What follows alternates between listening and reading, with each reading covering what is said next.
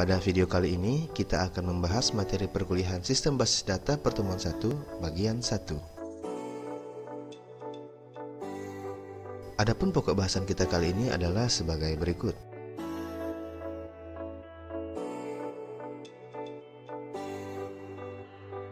Agar durasi video tidak terlalu panjang dan memudahkan sobat jika nanti ingin mengulang kembali pembahasan di video kali ini, maka pada video kali ini kita hanya akan membahas pokok bahasan 1 dan 2. Baik, sekarang kita langsung saja masuk ke pokok bahasan yang pertama, yaitu konsep dasar basis data.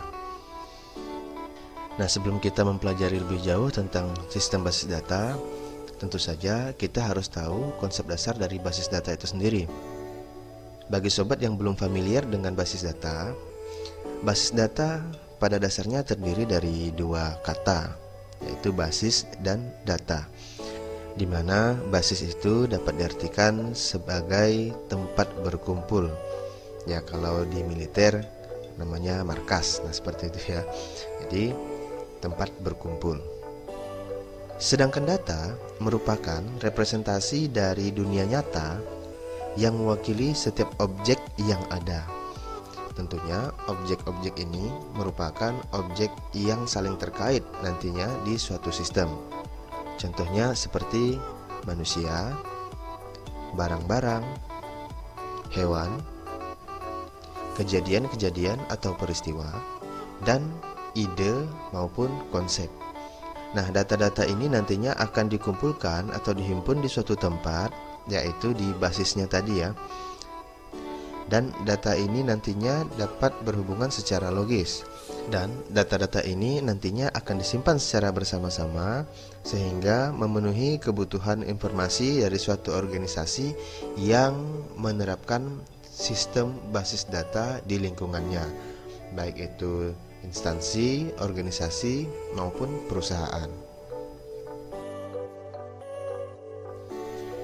Contoh penerapan sistem basis data dalam kehidupan sehari-hari yang paling dekat dengan kita dan yang paling sering kita gunakan itu ada e-marketplace ya, atau pasar online, toko online. Nah, tentu sobat juga sering belanja online kan?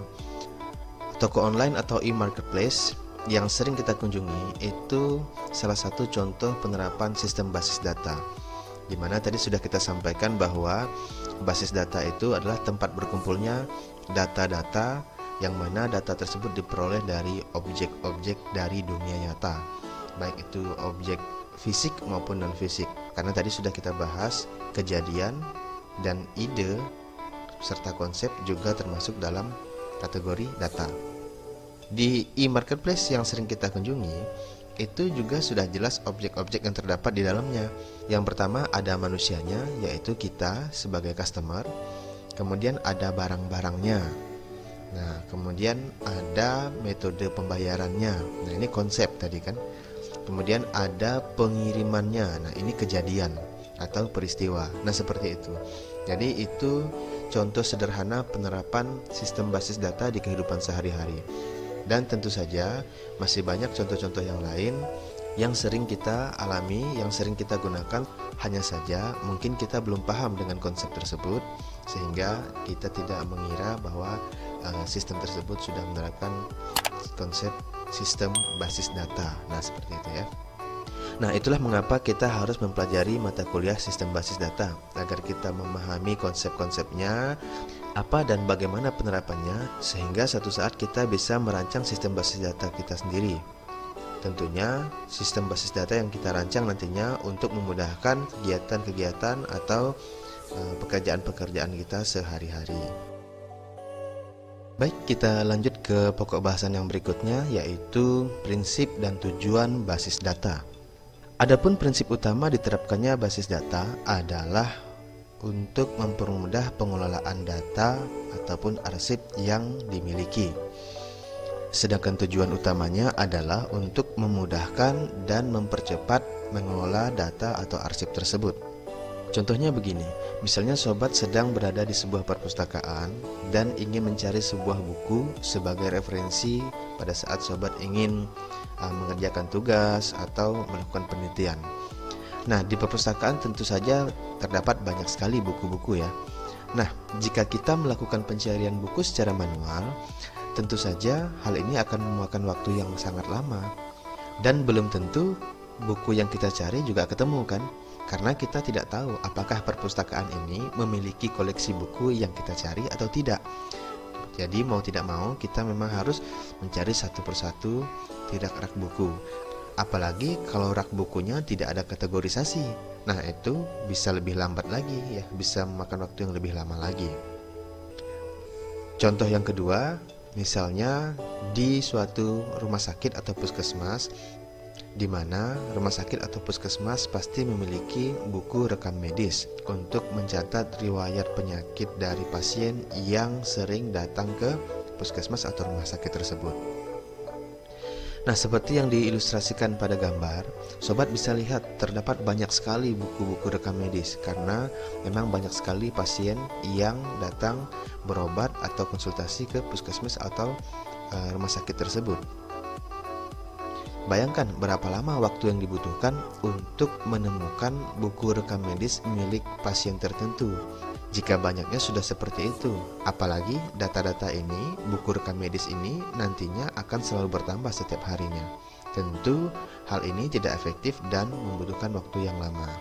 Nah, tentu beda cerita jika puskesmas dan perpustakaan menerapkan sistem dengan konsep basis data, di mana misalnya sobat datang ke perpustakaan ingin mencari sebuah buku, maka cukup ditanyakan ke petugas perpustakaan judul buku yang dimaksud. Nanti akan langsung dicari di aplikasi. Jika memang perpustakaan tersebut memiliki koleksi buku yang dimaksud, maka sobat bisa langsung meminjamnya tanpa harus mencari secara manual di rak-rak buku. Namun jika perpustakaan tidak memiliki koleksi buku tersebut, ya sobat bisa langsung permisi pulang saja, gak perlu cari-cari lagi kan. Jadi tidak membuang-buang waktu, nah seperti itu. Begitu juga dengan rekam medis di puskesmas ataupun rumah sakit. Jadi ketika sobat datang ke puskesmas, maka petugas puskesmas tidak harus repot-repot mencari arsip rekam medis sobat yang di lemari tadi ya, yang banyak itu. Dan entah di mana letaknya, kan seperti itu ya. Tapi cukup di search saja di aplikasi untuk menemukan catatan rekam medis sobat di puskesmas ataupun di rumah sakit tersebut. Nah, itulah tujuan utama diterapkannya basis data, yaitu memudahkan dan mempercepat pengelolaan data ataupun arsip yang dimiliki oleh suatu organisasi, instansi ataupun perusahaan. Jadi memang keutamaan yang ditonjolkan dalam penerapan sistem basis data itu adalah kemudahan dalam pengaturan, pengelompokan, dan pengorganisasian data atau arsip yang dimiliki, di mana data-data tersebut disimpan dalam bentuk tabel-tabel yang terpisah.